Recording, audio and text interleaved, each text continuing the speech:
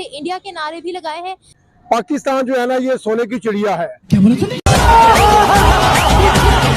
ठीक है। इसलिए नहीं बुलाया जाता पाकिस्तान को, क्योंकि पाकिस्तान अब मुझे लग रहा है कि और चंद सालों में जो है ना काफी ऊपर जाने वाला है। क्या बात है? जा रही हैं। देखें जी, भारत जो है ना ये असल में आप बात जो है ना उसको अंडरस्टैंड करें। हमारे जो गलतियों की वजह से ना वो अलहदा हो गया, इन्हीं की गलतियों की वजह से, इन लीडरों की गलतियों की वजह से अब वो पाकिस्तान से बहुत ऊपर चला गया। इंडिया जो कि आज से चंद साल पहले हमसे मतलब 2-3 रुपए पीछे था, अब वो 2-3 रुपए आगे चला गया। 2-3 रुपए किस चीज़ में पीछे था? करेंसी उनकी करेंसी में वो हमारी करेंसी भारी थी, उनकी जो है ना वो उसमें नहीं। हमने कभी भी इंडिया के साथ कम्पीट किया ही नहीं। हमें जब भी इंडिया को देखा हमने एज अ कम्पेटिटर देखा है, हमने एज अ राइवल देखा है। हमने कभी भी पीस मेकिंग, बीच बीच में पैचेस आए थे थोड़े से, लेकिन वो G7 समिट में इस वक्त मौजूद है। प्राइम मिनिस्टर नरेंद्र मोदी का इस वक्त बहुत अच्छे तरीके से जापान में वेलकम किया गया है, रेड कारपेट पे उनका वेलकम किया गया है। इसके अलावा जापान में रोबोट्स ने नमस्ते इंडिया के नारे भी लगाए हैं। जब रोबोट से पूछा गया कि व्हाट डू यू वांट, तो उन्होंने ये बोला कि I want Indian people to join us, ऐसा रोबोट्स ने वहां पर बोला है। इसके अलावा एक और खबर है कि प्राइम मिनिस्टर नरेंद्र मोदी ने पाकिस्तान पर एक बयानिया दिया है, एक स्टेटमेंट दिया है, और वो ये कि पाक भारत रिलेशनशिप्स बन सकते हैं मगर तब जब पाकिस्तान में से टेररिज्म खत्म हो जाए, ऐसा कहना है प्राइम मिनिस्टर नरेंद्र मोदी का। इसके बारे में आज पाकिस्तानी अवाम को बताने वाले हैं। जो स्टेटमेंट भारत की जानिब से, जो स्टेटमेंट भारत के वजीर आजम की जानिब से दी गई है, उसके बारे में पाकिस्तानी अवाम क्या कहती है, किस तरह से रिप्लाई देती है, और जिस तरीके से वहां पर वेलकम किया गया है इंडिया का, जो प्रोटोकॉल इंडिया को दिया गया है, उसके बारे में क्या कहती है पाकिस्तानी अवाम, आज जानते हैं लोगों से। तब तक के लिए मेरे साथ रहें। देखिए मैडम, सबसे पहले तो आपका जो सा भी आपका चैनल है, जो भाई भी देख रहे हैं, ये चैनल को लाइक करें, शेयर करें, सब्सक्राइब करें। पाकिस्तान जो है ना ये सोने की चिड़िया है, ठीक है। इसलिए नहीं बुलाया जाता पाकिस्तान को, क्योंकि पाकिस्तान अब मुझे लग रहा है कि और चंद सालों में जो है ना काफी ऊपर जाने वाला है। अच्छा, ठीक हो गया है। और कैसे? वो इस तरह के देखे, आपका सी पैक जो है वो रुका हुआ था, सी पैक हमारा दोबारा तैयार हो रहा है, दोबारा तैयार हो रहा है, ठीक है। उसके अलावा पाकिस्तान में जो है हर चीज में मौजूद है। एक सी पैक पे पूरा पाकिस्तान चल जाएगा सर? नहीं, सी पैक में पूरा पाकिस्तान तो नहीं चलेगा मैडम, आपने अच्छा सवाल किया है, लेकिन मैं यही बोलूंगा ये मुनाफिकत है। जो पाकिस्तान को इनवाइट मुल्क नहीं करता ना, ये मुनाफिकत है। अगर आप सुपर पावर होते, for example Pakistan super power होता, कोई इंटरनेशनल मीटिंग किसी मकसद के लिए पाकिस्तान ने रखवानी होती, तो सबसे पहले पाकिस्तान क्या प्रेफर करता, किन किन ममालिक को बुलाता जिनकी इकोनॉमी स्ट्रांग होती है? सही है ना? जाहिर सी बात है, देखें जैसे अमेरिका हो गया, ठीक हो गया, इंडिया हो गया, जितने भी ऐसे स्टैंड ममालिक है, जाहिर सी बात है उनको दावत देनी बनती थी। लेकिन आपने बोला है पाकिस्तान कुछ अरसे में ऊपर जाने वाला है, इंशाल्लाह जी। इन हालात को देखते हुए कैसे ऊपर जाने? देखिए, हम बीइंग अ पाकिस्तानी हमेशा ये बोलते हैं कि पाकिस्तान आगे बढ़ेगा, पाकिस्तान सबसे आगे है, लेकिन अगर हम फैक्ट्स की बात करें तो हम हकीकत को झुटला नहीं सकते। इंसान तभी आगे बढ़ता है जब गलतियों से सीखता है। जी जी, बिल्कुल आपने एग्जैक्टली बिल्कुल आपने ठीक फरमाया। लेकिन अब हल क्या आपकी नजर में, क्यों नहीं बनवाया जाता?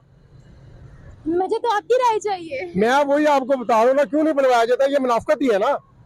मुनाफिकत क्या? अब आप पहले मुझे सिर्फ इतनी सी बात बता दें, पाकिस्तान की इकोनॉमी कहाँ पर है? हमारे लीडर्स बाहर जाते हैं, हम तो नीचे गिरे हुए हैं। हमारा मुल्क इस वक्त जमीन पे गिरा हुआ है।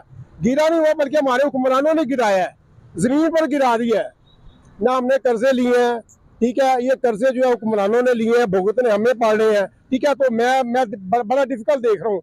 मुझे ऐसा लग रहा है कि हमारा पाकिस्तान को जो है ना अभी कम से कम 10 से 15 साल चाहिए स्टैंड होने के लिए। 10 से 15 साल चाहिए स्टैंड होने के लिए। तो मुझे एक बात बताइएगा, हमारा पड़ोसी मुल्क भारत है, G7 में उनको इनविटेशन दी गई है, रेड कारपेट पर उनका इनवाइट किया गया है। इसके अलावा एक रोबोट था जिसने स्पेशल इंडिया को नमस्ते इंडिया बोला। तो क्या लगता है क्यों चंद साल पहले हमसे मतलब 2-3 रुपए पीछे था, अब वो 2-3 रुपए आगे चला गया। 2-3 रुपए किस चीज़ में पीछे था? करेंसी उनकी करेंसी में वो हमारी करेंसी भारी थी, उनकी जो है ना वो उसमें नहीं थी। ठीक है, भारी नहीं, इक्वल कह सकते हैं, इक्वल थी, या वो बहुत साल पहले की बात है। अगर कुछ टाइम, आप कब की बात कर रहे हैं? 2010 की, 2000 की, 1990? मैं 2012 की बात कर रहा हूँ।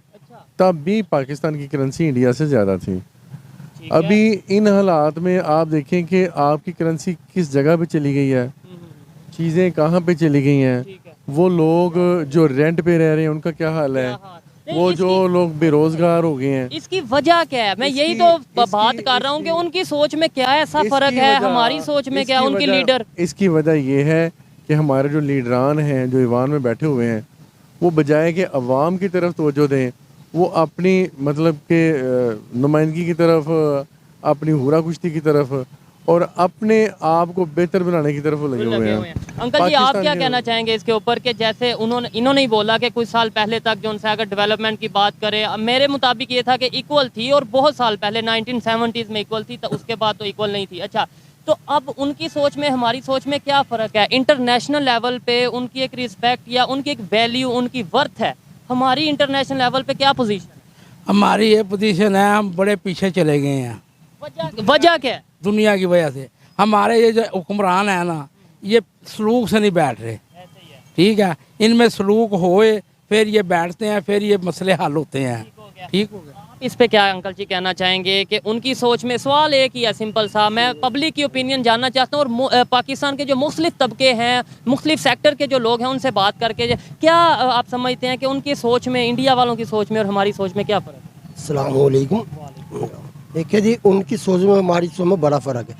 पहले हमारी सोच अच्छी थी, हम आगे जा रहे थे, लेकिन अब जो ये हुक्मरान आपस में ब्लैक मेलिंग करते हैं, करप्शन वगैरह के लोग काफ़ी आ गए हैं मुल्क में, ये जो आ गए, इन्होंने ना जो हमारा करेंसी को ना कम कर दिया।